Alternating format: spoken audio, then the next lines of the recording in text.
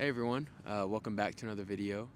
As you can tell by the title of this video, I have a pretty big announcement to make, and that is, as of yesterday, February 23rd, 2025, I am a catechumen for the Eastern Orthodox Church. Um, it doesn't even feel real, to be honest, especially because it was a pretty big decision for me. Um, it was like a decision that I was contemplating and deciding on for 4 to 5 months now, and maybe even longer. I don't even know. It's been so long. Um, but yeah, yesterday I finally told my parish priest after the liturgy that I want to be a catechumen, and yeah, I'm not sure how long this process is gonna take. I was looking on Reddit, and apparently it takes like some people like a few months, like other people for years. So I have no idea how long it'll take me to officially become a member of the church, but it's in God's hands now. So I'm looking forward to where He's leading me. Um, but I'm very close to being home. I'm almost there. It's I don't know if y'all have ever driven home, like your parents are driving and as a kid, and you're sleeping in the back seat, and when they're taking those final turns, before you go home, you wake up because you sort of know that you're turning into your driveway and you're turning onto your street and stuff like that. I'm almost home, so I'm kind of at that stage where I'm woken up, I'm about to turn onto my street and back in the driveway. uh that was such a stupid analogy, but basically, yeah, I'm almost home. It's the final stretch. um I just wanted to make this video to share the announcement. Um, uh, share what happened on Sunday, which was kind of crazy to me, at least. And I take it as God sort of confirming my decision to me. But then also, sort of to give advice to any Protestants, Catholics, Mormons, literally whatever, anyone who is inquiring about Orthodoxy and sort of where to take your own research. Um, personally, uh, I don't feel the need to sort of convince people here on the internet that Orthodoxy is the one true church.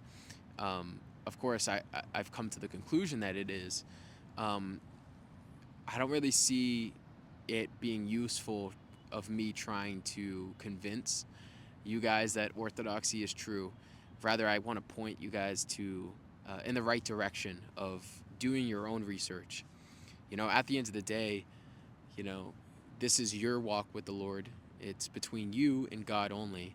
Um, and you owe it to yourself and to God to go seek out these things and do your own research yourself. Um, and not just blindly follow, you know, people on the internet or people in your life, stuff like that. Um, so it's not going to be too in depth or detailed. Rather, it's just here's the topics that led me to Orthodoxy once I actually did my own research and stuff on. So go look into this stuff yourselves. But anyway, so yesterday, um, I kind of knew the night before, okay, I feel at peace with my decision.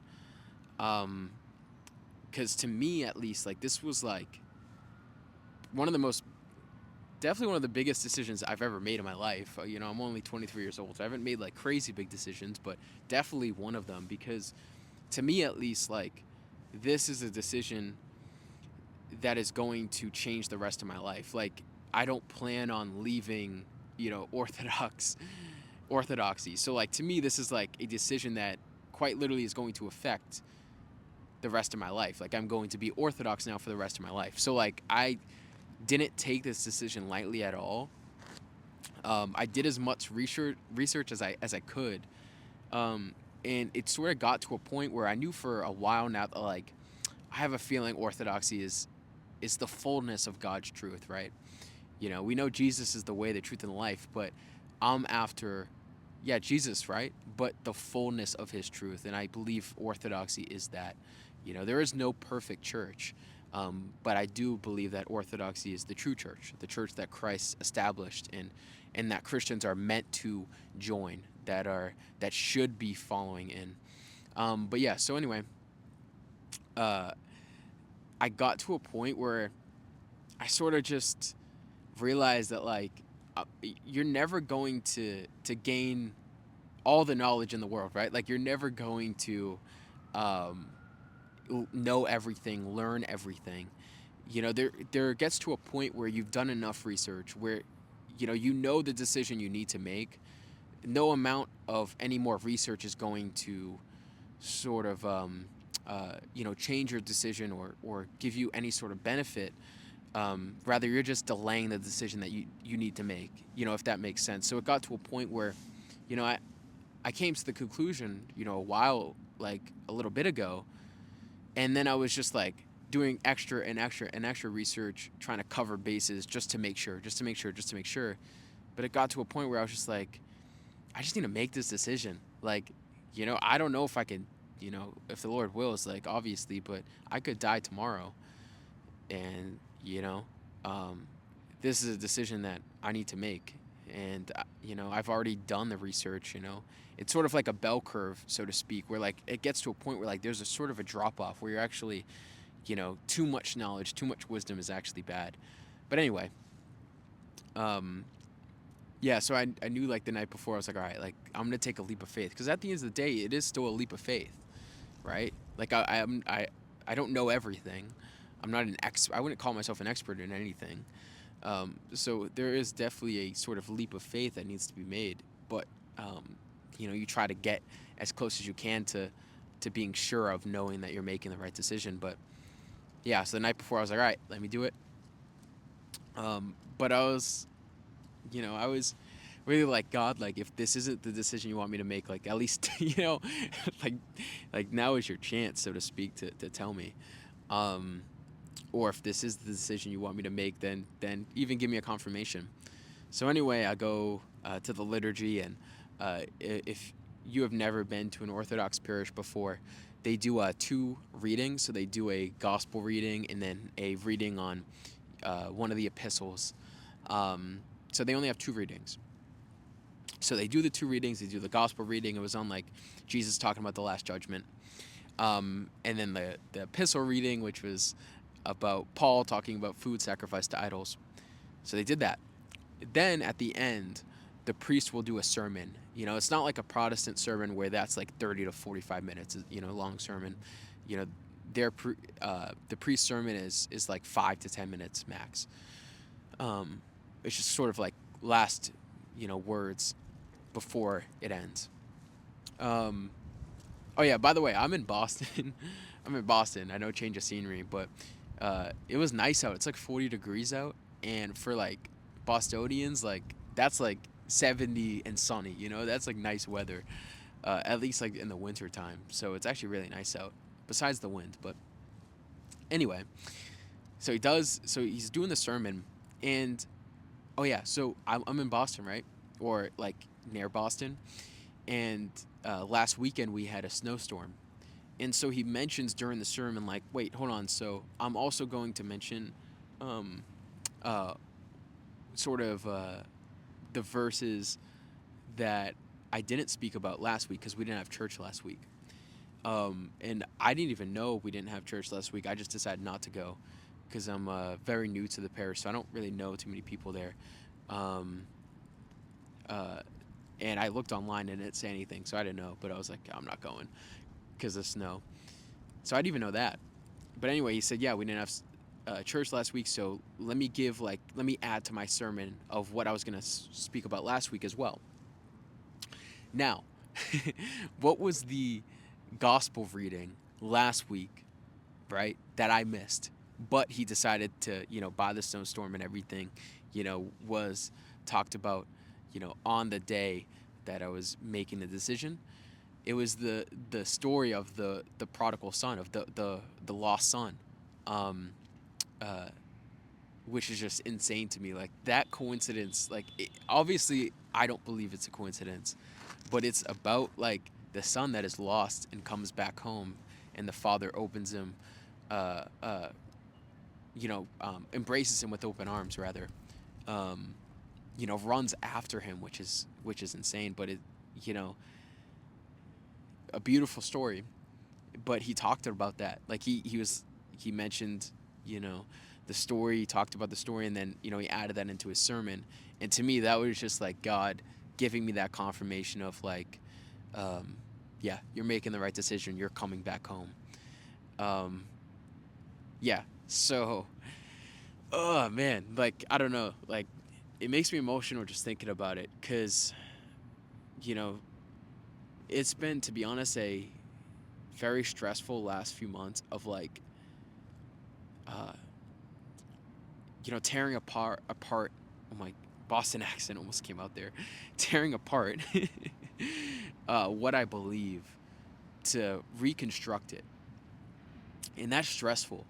Like, not believing once saved always saved anymore at the beginning was so stressful. Like, that's like, wait, like, does God love me then? Like, all of these things that you start to question, you have to relearn certain things, like, it's so stressful, changing your doctrine.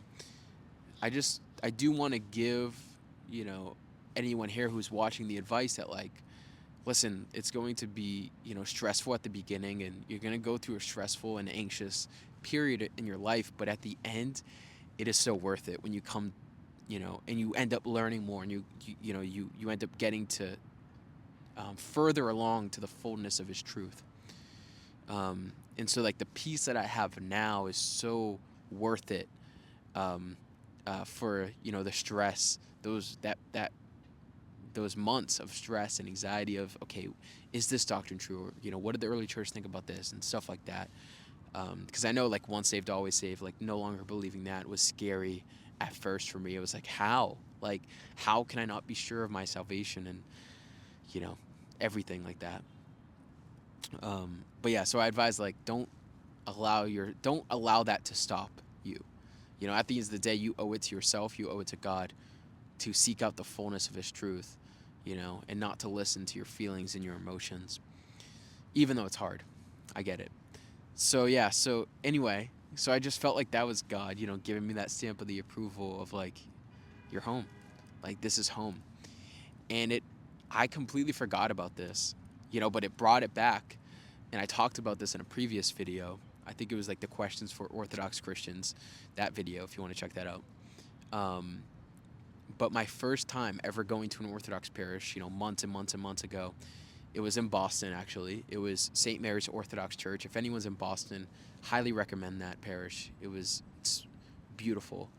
I would go there every weekend, but, it's just too much of a drive for me to do every single Sunday. I want to be somewhere more local. But anyway, I go there, and a lady comes behind me and sits in the pew behind me.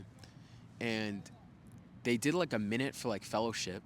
And since then, no other Orthodox parish that I've gone to, and I've been to like 3 or 4 different ones, has done that, actually, which is interesting.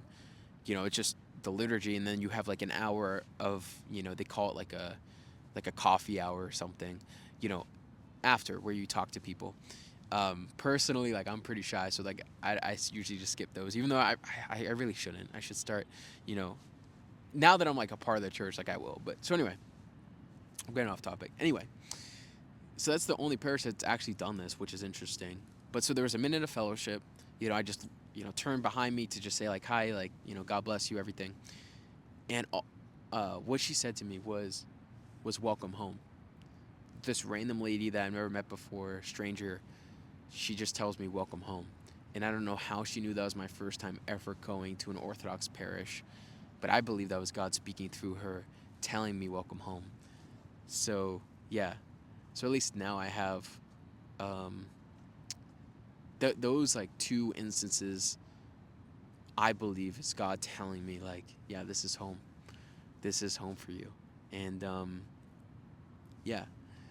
So anyway, I do want to sort of mention, I guess, what led me to Orthodoxy. I'll try to make it quick, because I don't want to keep y'all here too long. I know my video, like, if if I really wanted to get in depth with everything, I mean, the videos would be hours long. It's so hard for me to, like, keep everything concise, because I want to just talk about it. Like, I'm very passionate about this stuff, but Anyway, what really started for me, and I came from a Protestant background, by the way. I did grow up Catholic too. Um, over like the last year, I've been Protestant. What really started was questioning sola scriptura. Um, you know, so for uh, any Protestant or any Catholic, any Mormon again, I would look into these topics, especially for the first couple Protestants. So like sola scriptura, look into that if you're a Protestant. Did the early church believe in sola scriptura? Were they holding to a sola scriptura doctrine? Was there even a Bible for sola scriptura to even exist for the early church? Spoiler alert, no. But yeah. Uh, Someone's looking at me. But anyway, so I'm out in like in the middle of a field in the middle of Boston, uh, right next to my old college. Actually, I kind of miss this place. Anyway, sola fide, justification by faith alone. Was that what the early church was holding to? Spoiler alert, no. But um, I gotta stop doing the spoiler alert. All right, do your own research into this stuff. But also, I want to mention, real quick, for me, I guess what really broke the seal was I wanted to get as close to the early church as I possibly could. And I advise any Christian to do that as well. So I'm going to mention, like, look into what the early Christians believe, look into what the church fathers were saying, that type of stuff. And I know some Protestants throw that to the side and it's like, dude, I'm going to just read my Bible. What are you talking about? Those are just men. I'm telling you, that is Protestant. That is literally just Protestant propaganda at its finest. No, you should be caring about what the early church believed, because the early church were radical Christians. These people were literally dying for their faith. Go read the martyrdom of Polycarp. Dude's literally getting burned alive for his belief in God. These are radical Christians that completely changed the world, right? These weren't just, what, I'm just going to leave that aside. But so anyway, these were radical Christians, okay? They genuinely believed in God with all their heart, and they were walking out the faith, okay? These were radical Christians holding to sound doctrine. You want to know what they believed, and you want to get as close to that as humanly possible. Because we know, any Christian knows that's in their Bible, that lawlessness over time is going to increase. Doctrine is going to be perverted over time. Wickedness, false prophets, all of these things are going to increase, right? Especially that we are in the last days, like all of that stuff is going to increase. So instead of listening to what, there's prophets literally, infinite amount of prophets on social media, or, in that church down the street or that church down the street, all claiming to know the truth, all claiming to be speaking sound doctrine. So instead of listening to any of that, go and look what the early Christians were believing. And I showed it in, I think, my last video, but you can go read First Clement. That was written, I'm almost positive, in the year 96, or it's believed. That's a first century Christian writing. Go read that, and you'll see that the early church was not believing in a sola fide doctrine. And they viewed the Eucharist in such a high. I'm sort of going, ahead here, but they believed the Eucharist, on a very high. They put the Eucharist on a very high pedestal. Anyway, this Clement was a man who was baptized by Peter himself, right? So this is literally directly from the lineage of the apostles. Go read his writings, like that's from the first century. We are very blessed to have these writings. Go read them, So anyway, you should want to know what the early church believed, and you also want to trace the lineage back of the church. As a Protestant, you can only trace your lineage back to the Reformation, but then as a Catholic, go trace the lineage back. All right, and then go read about the Great Schism, and then before then, and if you're a Protestant, go read about the ecumenical councils, what the councils actually were, and why they mattered. They weren't just, random men coming together and just like, oh, we don't have to listen to them, as like, I'm going to listen to my Bible instead. Like, I'm telling you, that's all Protestant propaganda. Don't listen to it. Anyway, so go look into sola fide. Another one, I jumped ahead, but the Eucharist.